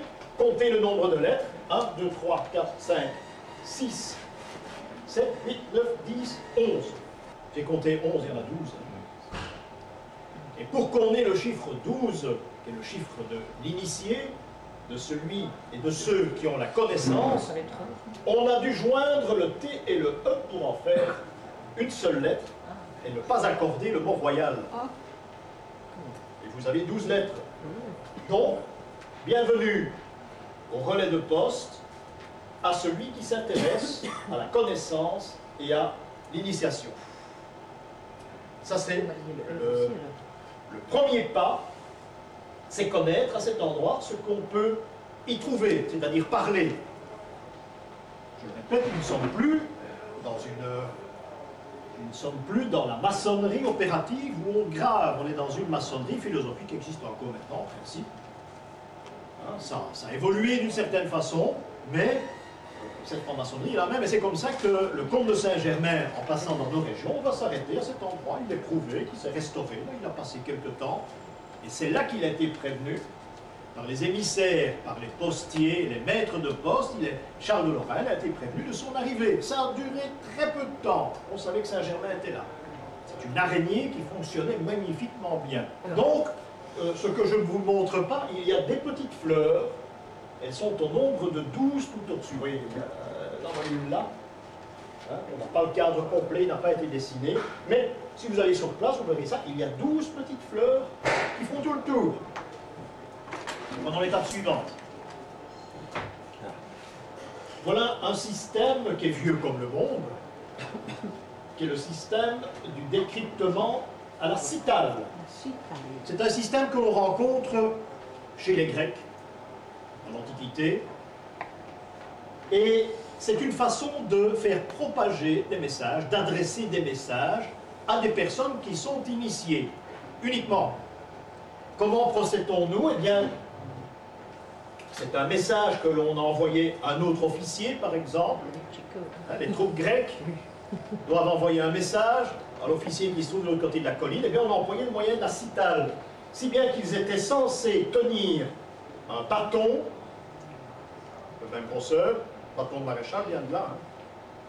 Un bâton de la même grosseur, et sur une ceinture, on plaçait un message, mais qui n'avait absolument rien à voir, vous ne pouvez pas le lire. Un message, toutes les lettres, ajoutées les unes aux autres, qui ne veulent rien dire. Un peu comme le cryptogramme à l'église, quoique là, ça n'a pas de sens, mais on peut le lire sans rien comprendre. Ici, vous placez une lettre à un endroit conventionnel, et à cet endroit, en roulant cette ceinture, vous avez un mot qui apparaît. Eureka, c'est peut-être la victoire, on a gagné. Seulement, si le messager se fait trucider en cours de route, on trouve ça sur lui, personne ne peut jamais rien comprendre, sauf s'il connaît le système, et s'il a un bâton de même épaisseur, de même calibre. Eh bien, lorsqu'on place le message à la poste royale du Casto, je l'ai fait en son temps, très longtemps, lorsqu'on passe le message sur la citale, et lorsqu'on retient à chaque fois la 8e et la 9e lettre à chaque passage, donc 1, 2, 3, 4, 5, 6, 7, 8, et on recommence. Le message étant long, il y a plusieurs fois à la poste royale, lorsqu'on prend la 8e et la 9e lettre, 7 plus 1, 4 plus 5, on obtient un message. Ici, à Casto, eh bien, ce message sera Astor et Polia. C'est du grec. Ça veut dire Castor et Pollux, qui sont les protecteurs des routes. Vous imaginez ce qu'on peut faire avec ça, hein? Encore fallait-il être au courant du système. Donc vous placez ceci en un mot, chaque fois, collez tous les mots ensemble, vous faites une longue ceinture, et vous reprenez autant de fois que possible 8e et 9e lettre. Et vous obtenez Astor, je vais vous donner les lettres, je vous ai ici, 2 fois A, S-T-O-R, et, E-T, Polia, P-O-2-L-Y-A. L'Y qu'on a ajouté, il est là. Donc il fallait connaître le système. Donc, c'est une double protection, une invitation à entrer, et en même temps, ici, on est protégé par les dieux, les jumeaux, Castor et Pollux, qui sont les dieux qui protègent les voyageurs. C'est un système banal, parce qu'il y en a d'autres qui sont beaucoup plus compliqués. Mais tout ça pour vous dire que c'est une chapelle, hein, où il y a indiqué ici, attendez, parce que, décidément, on voit très peu, je dois absolument tourner par là. Il y a un texte, je crois que c'est celui-là, après c'est pas tellement. Il y a un texte ici, il y a un texte en haut. Le texte ici est très curieux, par quelques petites fautes, mais il y a indiqué, parce que les maçons ne savaient pas écrire, hein, ceux qui faisaient ça. Ils avaient des modèles, ils pouvaient faire des erreurs. Hein. Dans les cimetières, il y a énormément d'erreurs sous les pierres tombales, je vous en ai déjà montré. Et en dessous, il y a un texte avec des lettres, il est là, mais on ne comprend absolument rien, c'est du chinois. C'est une plaque. Tu prends tes lignes, il faut les copier, les mettre à côté des autres. On a une très longue ceinture, il faut repasser. Je n'ai plus les chiffres en tête ici, c'est peut-être le 7 ou le 8 ou le 7 et le 9, n'empêche. Il faut repasser ces lettres au moyen de la citale, 7e, 9e lettre, vous avez un message. Et il apparaît ici le nom de Jean de la Rivière. Et il est curieux qu'une des loges de Mons s'appelait la loge de la Rivière, qui est le nom d'un architecte. Voilà un exemple. Cette chapelle existe toujours, en principe. Elle est au coin d'une rue, sur la route de Soigny. Mais ici, on a les deux. Hein, on a ce qui est évangélique, on a le message de la Vierge, et en dessous, on a cette fameuse phrase qui ne veut absolument rien dire. Mais j'essaierai d'avoir de meilleurs dias. Un message aussi, nous sommes à l'abbaye de Saint-Denis en Brocqueroy. L'abbaye Saint-Denis en Brocqueroy se trouve encore une fois à la frontière entre la France et la Belgique, hein, pas loin de Mons. L'abbaye bénédictine, une ancienne abbaye bénédictine très importante, je dirais même très très importante, parce que, et là nous tombons dans l'héraldique, parce que c'est la seule abbaye d'Europe occidentale et dans le monde fatalement, où le père abbé a une autorisation de placer comme blason à l'abbaye les armes de France, c'est-à-dire d'azur à 3 fleurs de lys d'or. 3 fleurs de lys d'or sur fond d'azur. C'est les armes que vous trouvez dans l'héraldique français. Louis XIV avait ce blason et il a eu l'autorisation de les placer. C'est un mystère. Personne ne peut dire pourquoi. D'un autre côté, Brocqueroy veut dire en vieux français celui qui fait les rois. Celui qui fabrique les rois. On a prétendu que Clovis était né là, ou dans les environs. Il n'y a rien de prouvé, parce qu'on fait naître un peu partout, mais dans le même coin. C'est possible. Ce qu'il y a d'étrange aussi, c'est qu'à 2 km à l'arrière de l'abbaye, il y a une montagne, un monticule plutôt, parlons pas de montagne, qui s'appelle le Mont Saint-Louis. C'est curieux, hein? Tout ça dans le même coin. C'est dire que c'est une abbaye qui est... il y a des choses à trouver. Et il y a là un message gravé dans la bière, Pedetentim, qui est la devise d'un des prieurs de l'abbaye, jadis, avec un crâne, encore avis aux profanateurs, Interdit, pedetentim, ça veut dire pas à pas, vous y arriverez. Derrière, il y a un potager, très sympathique, plante médicinale, si ça existe encore. Mais jadis, c'était le cimetière. Et voilà une formule qui est employée uniquement là, hein, j'imagine, parce que c'était la devise du père abbé, pedetentim, le cimetière, pas à pas, vous y arrivez. Ce qui est tout à fait logique. L'abbaye de Saint-Denis a subi des malheurs, a été incendiée volontairement, je profite pour le dire, parce qu'on ne le dit jamais, on ne peut pas, en principe. Ce sont les pères de Skeut qui ont foutu le feu à l'abbaye, hein, pour toucher une belle prime d'assurance, ça leur appartenait. Il y a eu une petite enquête, je ne crois pas qu'ils ont tout touché. On a quand même fait certaines concessions. Les pères de Skeut qui font les meubles chinois, les magnifiques meubles chinois, hein, de reproduction extraordinaire. Hein, c'est eux qui ont flanqué le feu, c'est bien dommage. C'est pour ça que Saint-Denis en Brocqueroy, il ne reste plus rien, les bâtiments ont été incendiés, on le voit. Revoyons cette mise au tombeau. Nous revenons dans les chiffres de la symbolique. Hein, nous avons vu cette symbolique chiffrée. Maintenant, vous savez qu'il s'agit de Saint-Jean. Toujours un berbe, très important. Hein. Et l'autre est toujours barbu. Mais ne faites pas une règle générale. Les gens qui ont des cheveux et ceux qui n'en ont pas. Hein. Il y a un seul apôtre. Non, il y en a deux sous la berbe. Il y a un seul apôtre, c'est Pierre. Que l'on doit, il y a une règle en symbolique que Pierre, on doit le représenter le crâne dénudé, avec uniquement un petit toupet en avant. Chose qu'il faut remarquer, c'est lorsque vous prenez les papes de l'époque du Concile de Trente, curieusement, tous ces gens sont coiffés de la même façon, à la façon de Pierre. Et on reprend les prénoms qui avaient été abandonnés depuis la très haute histoire du catholicisme. On verra un Pie II, par exemple, à l'époque de la Renaissance. Et le premier, c'est au IIe siècle. Ces noms vont revenir. C'est une façon de s'imposer. Et ils vont tous changer leur coiffure. Ils seront rasés avec un petit toupet. Et ils feront penser à Saint-Pierre. C'est une façon de s'affirmer. Remarquez ça sous les tableaux. Prenez les papes de cette époque et vous verrez. C'est très intéressant. Donc ça, c'est pour la représentation taillée. Les deux personnages, aucune symbolique. Hein. Nicodème, Joseph d'Arimathie, on n'a rien noté, rien n'est codifié à leur sujet.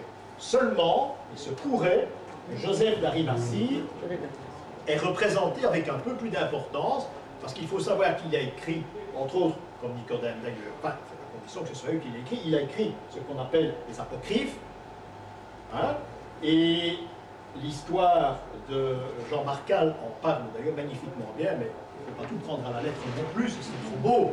Hein, Jean Marcal parle d'une quête du Graal qui a été effectuée par Joseph d'Arimathie après la mort du Christ, et ça, on le retrouve dans le nord de l'Angleterre, par exemple. Mais c'est très intéressant. Mais parfois, il faut être très prudent avec Jean Marcal, qui est l'homme le plus sympathique du monde, hein, qui vieillit, comme tout le monde. Il est l'homme le plus sympathique du monde, seulement, il est parfois très dangereux. Or, encore une fois, nous avons 7 personnages. 7 personnages, vous connaissez le chiffre maintenant, qui sont les degrés de l'initiation. Lorsqu'on en a 6, c'est que c'est faux, c'est que ce n'est pas une mise au tombeau valable, il y en a. Ça arrive qu'il y a des erreurs, on ne sait plus. Hein. Ici, on savait, puisque ça date du XVIe siècle. Hein. Ici, on sait. Et le 8e, c'est le Christ, oui, qui est le résultat, c'est le passage, ça représente le passage de la vie à la mort. Le 8, n'oubliez pas que c'est le passage, c'est la couleur rouge. Donc Saint-Jean, toujours un berbe, comme Saint-Sébastien d'ailleurs. Ça c'est à la collégiale de Soigny. Il y en a partout, hein, mais comptez les personnages, ils doivent être 7 et le 8e doit être allongé.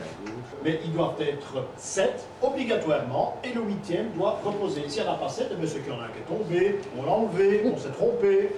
7, ce sont les chemins vers l'initiation, ce sont les 7 étapes de l'initiation. Je dis que Saint-Jean est un berbe, quand on représente taillé pain, Saint-Sébastien est également un berbe. Vous savez pourquoi? Je l'ai déjà expliqué, je crois, je vais le répéter. Il existait le système de l'acupuncture. L'acupuncture existe chez nous depuis le Moyen-Âge. Hein. C'est très ancien. Hein. Et lorsqu'on prend des anciennes statues ou représentations de Saint-Sébastien, les pointes des flèches, il y en a 7 en principe, doivent être placées exactement au même endroit. Très ancienne représentation. Et lorsqu'on étudie l'acupuncture, c'est un médecin, acupuncteur qui m'a expliqué ça. Lorsqu'on reprend les différents points annoncés, eh bien, ces 7 points sont censés guérir la pédérastie. Ah, C'est donc un message thérapeutique, comme les saints guérisseurs. Hein. Quoi? Et c'est la raison pour laquelle Saint Sébastien est toujours un berbe. Il sera moitié femme, moitié homme. On ne sait pas exactement. J'ai eu un ami il est mort malheureusement, il était passionné des Saint Sébastien, il a fait le tour du monde. Hein, ou un tableau très ancien, il y a 7 points de flèche, ce sont des 7 points hein, par lesquels on peut guérir de la pédérastie. C'est un signe, donc il sera toujours un berbe. J'en ai un chez moi, il a une moustache. Mais attention, on peut représenter parfois des saints avec des modes. J'ai vu un, je ne sais plus comment il s'appelait, enfin soit c'est pas important, un saint qui était un saint très ancien, qui est représenté avec la moustache et la barbiche comme Napoléon III. On regarde, on dit tiens, j'ai déjà vu ça quelque part. C'était fait à cette époque-là. C'est pas Saint-Sébastien, hein, c'est un autre. Mais j'ai vu un Saint-Sébastien avec une moustache. Mais c'est pas le patron des pédérastes, ça ne pouvait pas exister à l'époque, t'imagines, le patron de la pédérastie. On devait déjà faire passer par ce système une formule qui était connue que par les médecins initiés. Alors j'ai beaucoup voyagé en son temps avec un druide, et il y en a encore très peu. J'en connaissais un, il vit toujours d'ailleurs. Ça, il se prend pas au sérieux. Hein. Donc il explique qu'il y a plein de choses, on l'écoute ou on n'écoute pas. Et il m'a démontré dans des livres que des statues, c'est pas le cas ici. Des statues qui datent de l'époque où on a conçu les cathédrales, hein, que les plis, les différents plis importants des robes, et il y en a peu généralement, mais ça sont également des points d'acupuncture. Ça peut se retrouver, ça peut se démontrer. Cet homme était superbement intéressant, je ne sais pas que je suis lui-même, enfin il est très âgé, il ne voyage pratiquement plus. Mais on l'a eu un jour, il n'y a plus tellement d'anciens, on l'a eu un jour avec nous, il y avait une quinzaine d'années, nous avions passé 3 jours en voyage en France, c'était fabuleux. Hein. Vous pouvez écrire une encyclopédie après avoir passé 3 jours avec lui. Habillé très simplement, avec une bague juste ici. Et il savait, en touchant les arbres, c'était quelque chose d'extraordinaire. On passait de la pierre aux fleurs, des fleurs aux arbres, les courants, etc. C'était fabuleux. J'ai appris énormément de choses en aucune. Bon. Oh là, on voit pas très clair. Hein? Bon, il y a ici la représentation d'un crâne. Hein? Il y a un sablier. Il y a des ailes autour du crâne. Au-dessus du sablier, il y a un pendule. Le pendule, c'est une latte, avec 2 petites extrémités, 2 petits cubes. C'est vraiment le système qui fait pouvoir le pendule dans le temps au Moyen-Âge. Hein? Vous avez compris, le temps est compté. Hein? Le sablier, c'est le temps qui vous reste. Le crâne, c'est ce que vous deviendrez. Et les ailes sont différentes. L'une est l'aile d'un ange, et l'autre, l'aile d'une chauve-souris. C'est un avertissement, ça veut dire vous pouvez partir le jour ou la nuit, soyez prêts. Soyez sur vos gardes. Jadis, on trouvait cette formule sur les anciennes tombes au XVIIIe siècle, on voyait, je crois qu'il y en a eu, soyez sur vos gardes. Ça veut dire attention, ça peut arriver dans 5 minutes, il faut être prêt. Voilà ici une petite tromperie de l'Église, parce que, conseil allemand, on a le Graal, le ciboire, d'où sort l'hostie, le soleil, c'est ça la symbolique. Et l'Église étant prêchée, elle a dit il n'y a pas de croix là-dessus, sous cette tombe. On va en mettre une, on a mis une croix sur l'hostie, ce qui est ridicule. Hein. C'est du plus haut ridicule, mais enfin ils l'ont fait. Ils ont fait ça à beaucoup d'endroits, surtout dans les cimetières. Hein. Il n'y avait pas de croix sur cette tombe, il y avait que ceci. C'est un ecclésiastique qui a été inhumé là, parce que quand il y a le Graal et l'hostie, c'est un ecclésiastique obligatoirement. Mais il n'y avait pas de croix, hein. Et on en a ajouté une. C'est ça que je voulais vous montrer. Eh bien oui, on l'a ajouté. C'est une sacralisation de la tombe. Voilà. Vous avez la formule, regardez. Soit, sur, il n'y a pas d'est, il y a une raison, hein. C'est pas une faute d'orthographe, hein. On n'a pas mis garde, on a mis gare. 1, 2, 3, 4, 5, 6, 7, 8, 9, 10, 11, 12, 13. On est à 13 lettres. Ce qui veut dire qu'il y a un joker. C'est pas le mot qu'on emploie. Hein. Soit 1, 2, 3, 4, 5, 6, 7, 8, 9, 10, 11, 12, 13. Cette phrase devrait également s'analyser avec la citale, de la même façon, et vous devez avoir un message.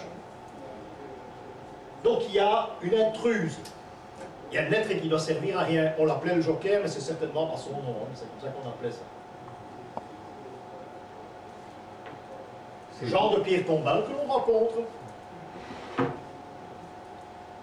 C'est pas une faute d'orthographe, hein. Il y a des fautes parfois qui s'appellent des accroche-regards. Ça, on en parlera une autre fois. L'accroche-regard, c'est qu'on doit deviner, tiens, c'est un tel qui a sculpté. On fait toujours la même faute au même endroit. C'est pas le cas ici, hein.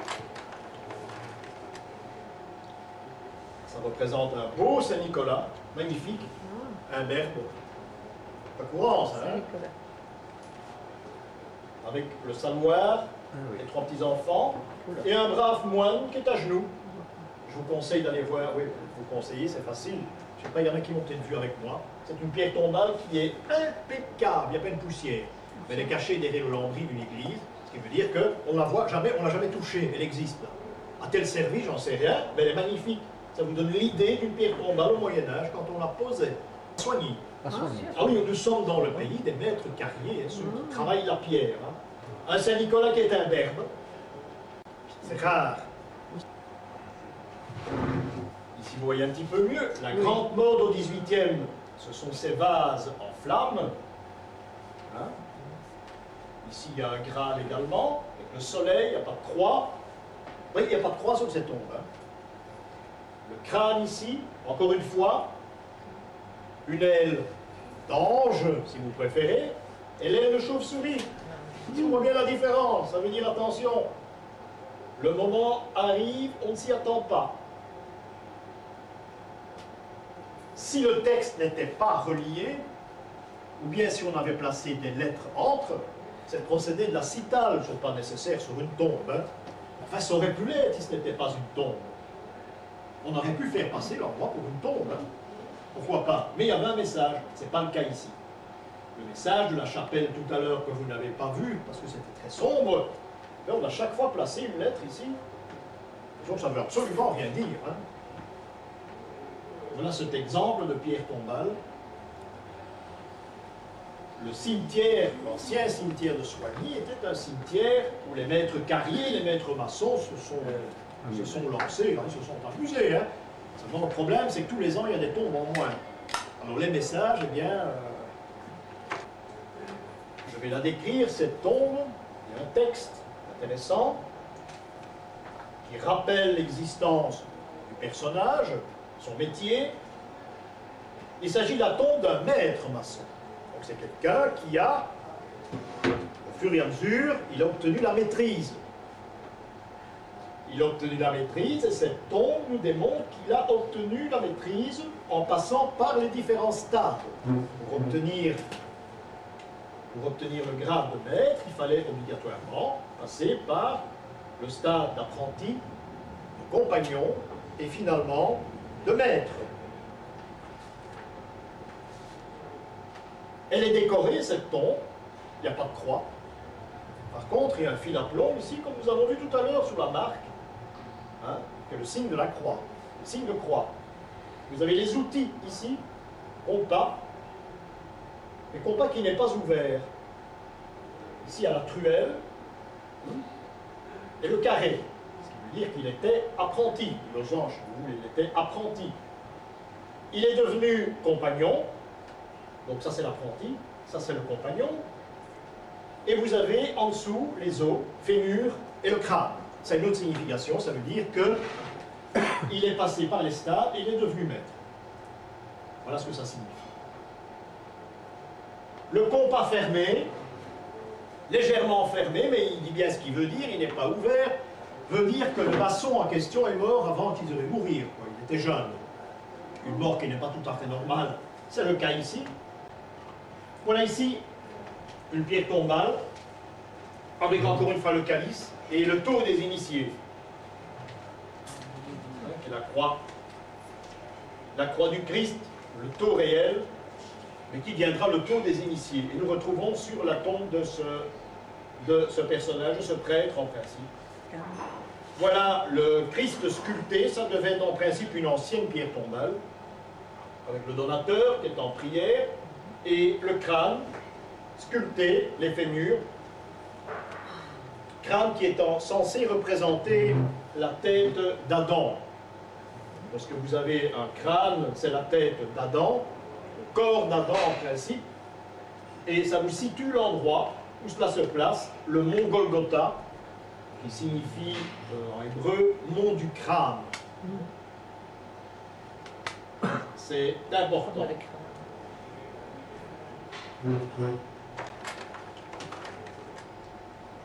Voilà ici une crypte dans une église, une chapelle, où il y a le tau également, le tau des initiés, à l'entrée de la crypte, qui deviendra par la suite le tau de Saint-Antoine.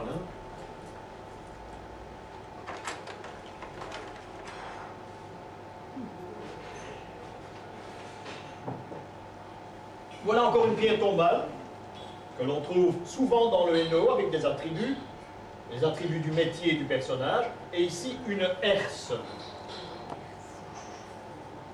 Une herse triangulaire, qui est la herse du Hainaut. Ailleurs, elles sont généralement rectangulaires. Et ici, dans le Hainaut, elles sont triangulaires. C'est un symbole intéressant. Vous savez qu'au XVe siècle, eh bien, de nombreux ennemis ont été envoyés à la bataille de Tannenberg, où se sont fait éliminer les Teutoniques. La herse est un des symboles du Hainaut, c'est-à-dire du comte de Hainaut Guillaume IV. C'est devenu les chevrons, d'ailleurs, dans le blason du Hainaut. Très peu sont revenus de la bataille de Tannenberg, qui se sont fait massacrer sur place. Et le comte de Hainaut a autorisé les familles à placer sur leur tombe et sur les descendants le symbole du comté de Hainaut, donc autorisé à tous ceux qui ont combattu à Tannenberg de poser ce symbole sur leur pierre tombale. C'est le cas ici. Il s'agit d'un descendant ou d'un combattant à la bataille de Tannenberg, c'est 1414, je crois, Tannenberg, où les chevaliers teutoniques ont été massacrés. Donc ici, on a une pierre tombale avec cette marque symbolique du Hainaut. Nous parlions tout à l'heure des mesures. Nous sommes à Braine-le-Château. Il y a un engin sous la grande place qu'on appelle le pilori, parce qu'on n'a plus rien compris à l'origine. Eh bien, il s'agit d'une colonne sur laquelle sont indiquées les mesures de la ville. C'est-à-dire que ça se place au milieu du marché, et là se trouvent les mesures. Ça sert aux marchands, notamment. Il y a encore des endroits où vous trouvez ces mesures sur le mur de l'hôtel de ville. Ça arrive parfois. En Allemagne, j'en ai vu quelques-unes.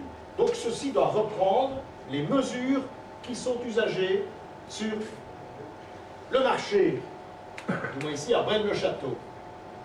Cela remplace encore le système des hôtels romains. Rappelez-vous, ces colonnes avec l'enguipède au-dessus. Ce cavalier qui terrasse un homme avec une queue de serpent ou de poisson. L'idée est exactement la même au départ, il y a dû y en avoir une à cet endroit. Et plus tard, au Moyen-Âge, on ne comprend plus rien et on transforme ça en pilote. Et on y place des malfrats pour les canonner de pourris ou de légumes, etc.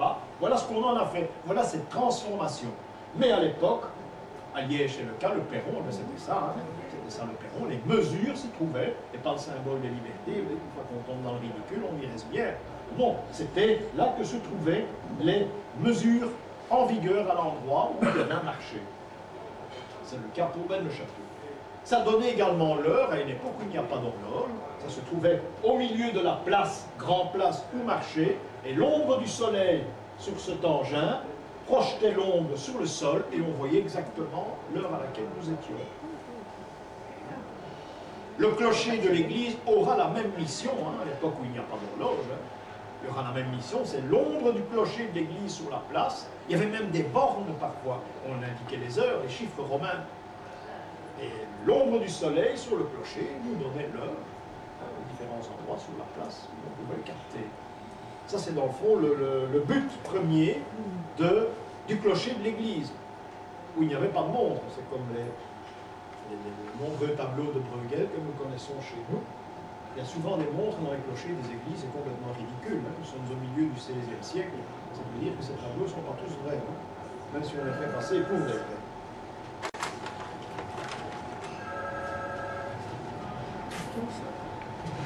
À Bornival, en Brabant, il y a une ferme qui est énigmatique parce que à l'entrée de la ferme, à l'entrée du logis du propriétaire, il y a des médaillons gravés dans la pierre bleue et d'une finesse extraordinaire. Ces médaillons sont très mystérieux. On n'en parle dans aucun livre, ils sont prudents. Mais en principe, il devait y avoir une loge au XVIIIe siècle qui devait se réunir à cet endroit avec un souterrain qui menait jusqu'à l'église Saint-François qui se trouve à Bornival. Voilà une représentation ici d'un moine qui est donc Pernetti. Il y a une représentation de Charles de Lorraine, de l'architecte Dewey également. Il y a maintenant un chat qui se balade quelque part, mais il faut aller voir ça si vous ne l'avez pas vu avec moi. C'est de toute finesse, c'est quelque chose d'extraordinaire ce travail, mais on n'en parle dans aucun livre de la région. Parce qu'on ne sait pas ce que c'est, mais en principe ce sont des personnages qui étaient autorisés à entrer dans cette loge. C'est un petit peu comme le relais que nous avons vu à Casto. On savait qu'à cet endroit, il fallait se rendre. Cet endroit était fréquenté par les alchimistes, notamment. Saint-Germain habitait dans un château, ici, à proximité. Saint-Germain peut être représenté, mais on n'en est pas sûr. Tout le monde se ressemblait, avec la perruque à l'époque. Il y a du Charles de Lorraine, celui-là, on peut croire qu'il s'agissait de lui, et donc Pernetti, là-bas également, un moine qui a laissé des écrits assez extraordinaires. Eh bien, ça se trouve gravé autour de l'entrée, autour de la porte d'entrée, du logis du fermier là-bas, à Bornival. Il est très fier de montrer ça, c'était moins dur, on démolit tout là, mais il a fait restaurer sa ferme plutôt. Et c'est très intéressant parce que ça montre l'importance qu'avait Bornival, un village aussi petit que possible, Bornival, aux yeux de la noblesse et des initiés au XVIIIe siècle. Et bien voilà, j'en ai terminé avec la cryptographie, c'est-à-dire les traces laissées par les anciens.